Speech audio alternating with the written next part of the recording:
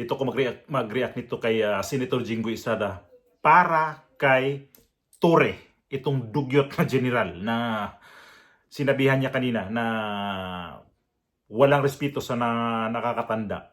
Actually kanina, sobra talaga to silang ginisa. Itong PNP, ito si Jean Fajardo, si Marbil, ito si Torre, kasi ito nga silang involved noong inarrest nila si Tatay Digong. So kanina, ang daming nangyari kanina sa Senate hearing, kaya ito yung kay nangyayari nito kay Jinggoy Estrada is nanumbalik sa kanya yung nangyari sa kanila noon na, di ba, nag-people power din yon nung panahon ni dating Pangulong Irap. So, inano na sila. Ganun din ang nangyari sa kanila na inano na sila ng mga pulis. So, yun ang ginawa ni Torre na hihilahin ko yan, yung si Pangulong Duterte. Dininay niya yun. Hindi daw si Pangulong Duterte ang sinabihan nun. Ang sinabihan daw niya noon si Mijal Dia. So, itong video ulit na mapanood nyo, pakitsagaan nyo lang manood para dito nyo makikita at matutunan ang mga ginagawa talaga ng mga PNP na ngayon na ang sobrang abusado. Ipasok ko muna yung video nitong si Senator Jinggoy Estrada. Okay, Senator Jinggoy, I believe that Secretary John Vic said that these were untrue, that this was all fake news, that in fact his rights were honored, and in fact they provided an ECG which is above and beyond the usual practice. Yes, Senator Estrada, please. Thank you, Madam Chair.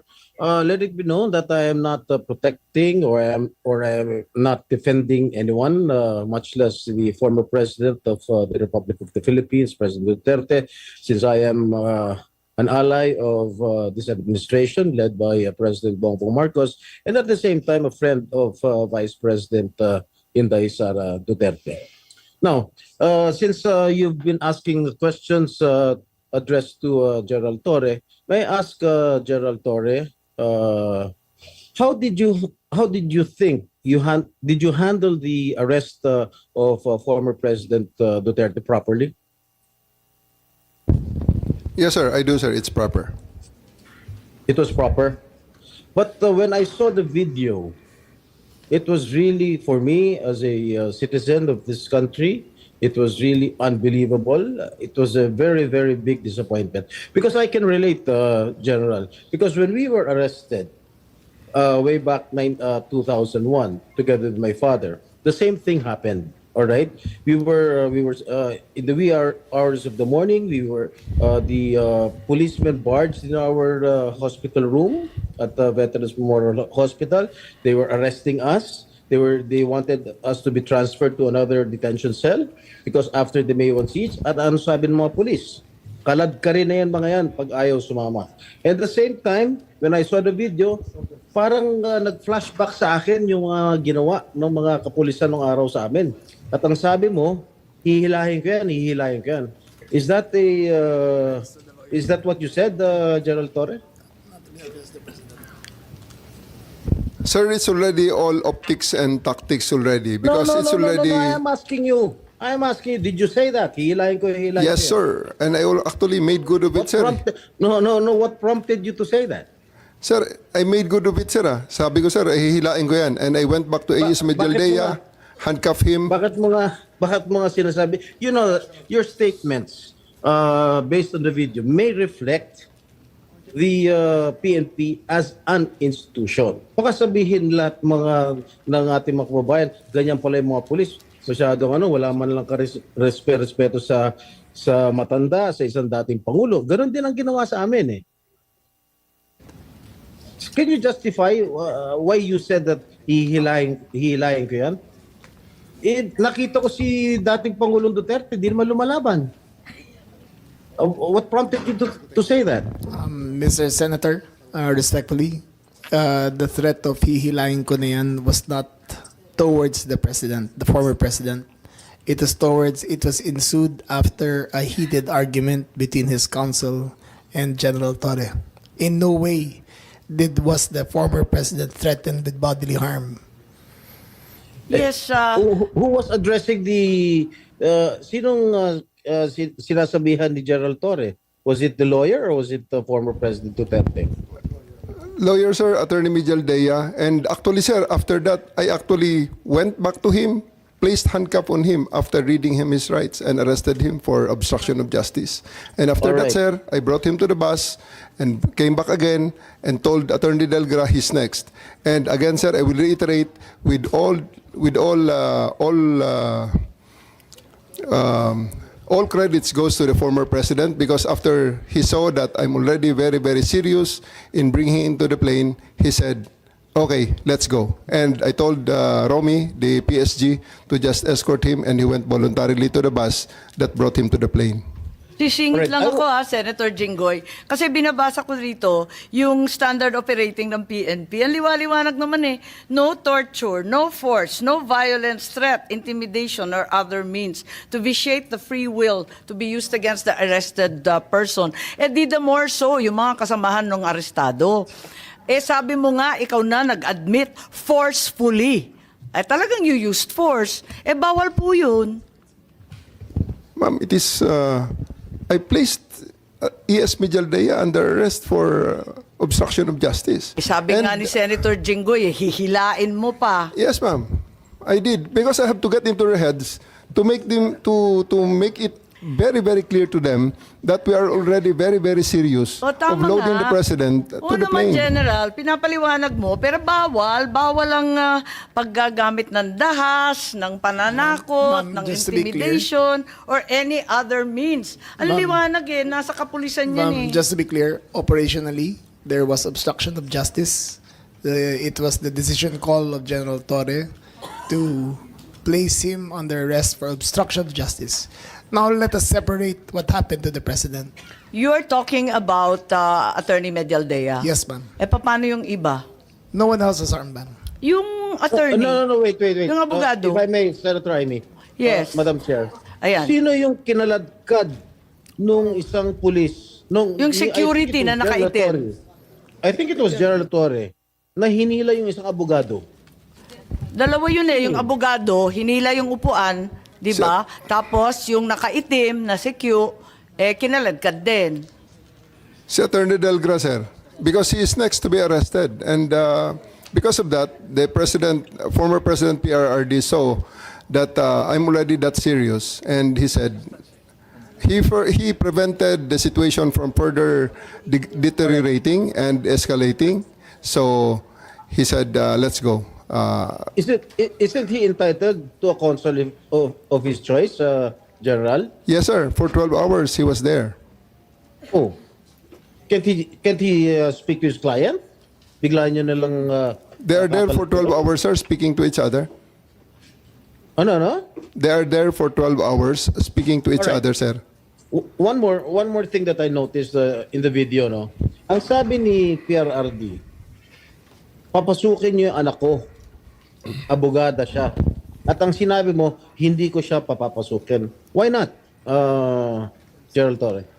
That is a decision. That is my call, sir. That is my decision. Considering that Okay. he had already been assisted by 3 lawyers all throughout Okay. that time, sir. And gabi na ho yun, sir. The request was Ano yun? made at around mga 9 o'clock na, sir. 11 hours General after Torre, ganito, the ha? first arrest. Tanggalin mo na yung titulo ni Inday Sara. Kalimutan mo na siya na Vice President siya. Pagpalagay natin hindi siya Vice President.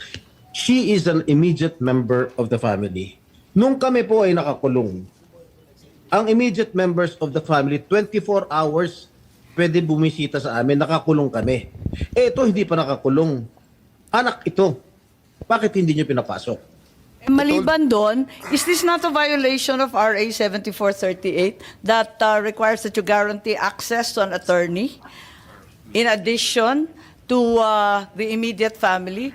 The president also said na yung anak niya, yung babae, abogado ko yun, papasukin nyo. Hindi nyo pinapasok. Eh, abogado yun eh.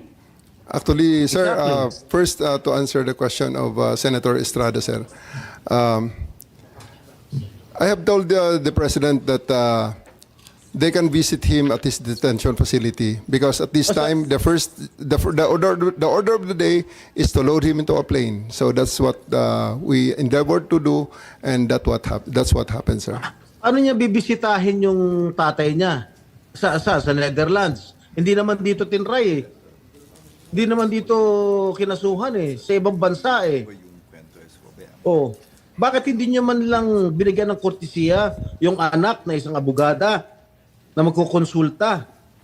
Katulad nga na sinabi ko kanina, yung mga nakakulong nga, 24 hours pwede bumisita ang immediate members of the family. Bakit ito hindi pa nakakulong, hindi nyo pinapasok yung anak? Our mission at that time, sir, is to deliver him to the My God. body Kahit who ano issued the warrant, mangyari, sir. Nasa batas yan. Nasa batas yan, General. Immediate members of the family, lawyers, priests, etc., etc. I should know. Nanggaling ako dyan. Tapos ito, hindi naman nakakulong. Again, I am not defending President Duterte. I'm just explaining the rights of an accused. Because naging akusado rin ako. And I don't want that to happen to anybody else. Dapat naman nagbigay kayo ng konting kortesiya o respeto man lang sa mga dating presidente dahil naranasan namin yan. Nung kinulong po yung tatay ko, ganun din. Kawalang respeto ang mga pulis sa amin. Porket nawala na ba kami sa kapangyarihan, ganun na lang. Matanong ko naman sa General, wag naman po sana mangyari, God forbid, sa pag sinapit ng ni President, sumapit ng ganitong sitwasyon si Presidente Marcos, gagawin mo rin ba yon sa kanya? I hope not. Ang liwanag Tingnan po mo nga ng po, batas, kung ma-follow up ko lang si Senator Jinggoy, tama po siya. Hindi lang yung immediate family, medical doctor, pare or religious minister, any national non-government organization, ang CHR, international non-government accredited by the Office of the President. Lahat yan may access, pero pinagbawalan ninyo. On 2 counts, immediate family na, abogado pa niya. Bakit ganun? Ma'am, I think that's sub judice. I think we should be wary of many of the things we are mentioning Bakit here. po naging sub judice yun? Ito kasi, habeas corpus po ang petition. So everything about the arrest will be asked by the Supreme Court. Kanina pa natin kung pwede ho. pinag-uusapan yung aresto. Pero I think that we're just passing, parang lumalampas na po tayo sa boundary. Senator Jinggoy po. Ang sinasabi ko lang, the manner on how the former president was arrested, because ayoko naman mangyari sa darating na panahon na magkakaroon naman tayo ng ganyan. Sana makapagbigay lang ng korting kortesiya man lang, nakausapin yung mga abogado, pero nakausapin yung mga members ng immediate family niya, sana naman binigyan niya ng pagkakataon. Kaso mo, nung nakiusap si dating Pangulong Duterte na papasukin yung kanyang anak na abogada, tanggalin mo na hindi siya, na vice presidente siya. Abogada at anak niya, member na immediate family, sana naman lang binigyan niya ng pagkakataon. Makita niya yung tatay niya bago niyo siya isinakay sa plano. Yun lang naman yung sa akin. Masakit. Ako, isang anak na meron din akong tatay na ginanon ninyo. Masakit para sa akin. Pakipaliwanag din. Maraming salamat, Senator Jinggoy. Marami tayong pinagdaanan, kapatid. Kaya't eto nga, talagang dinudibdib natin Madam Chair, to. Yes, Secretary John Vic lang po. kay VP, kay Senator at sa iyo, hugot ng mga anak ng presidente yan. Sumpa.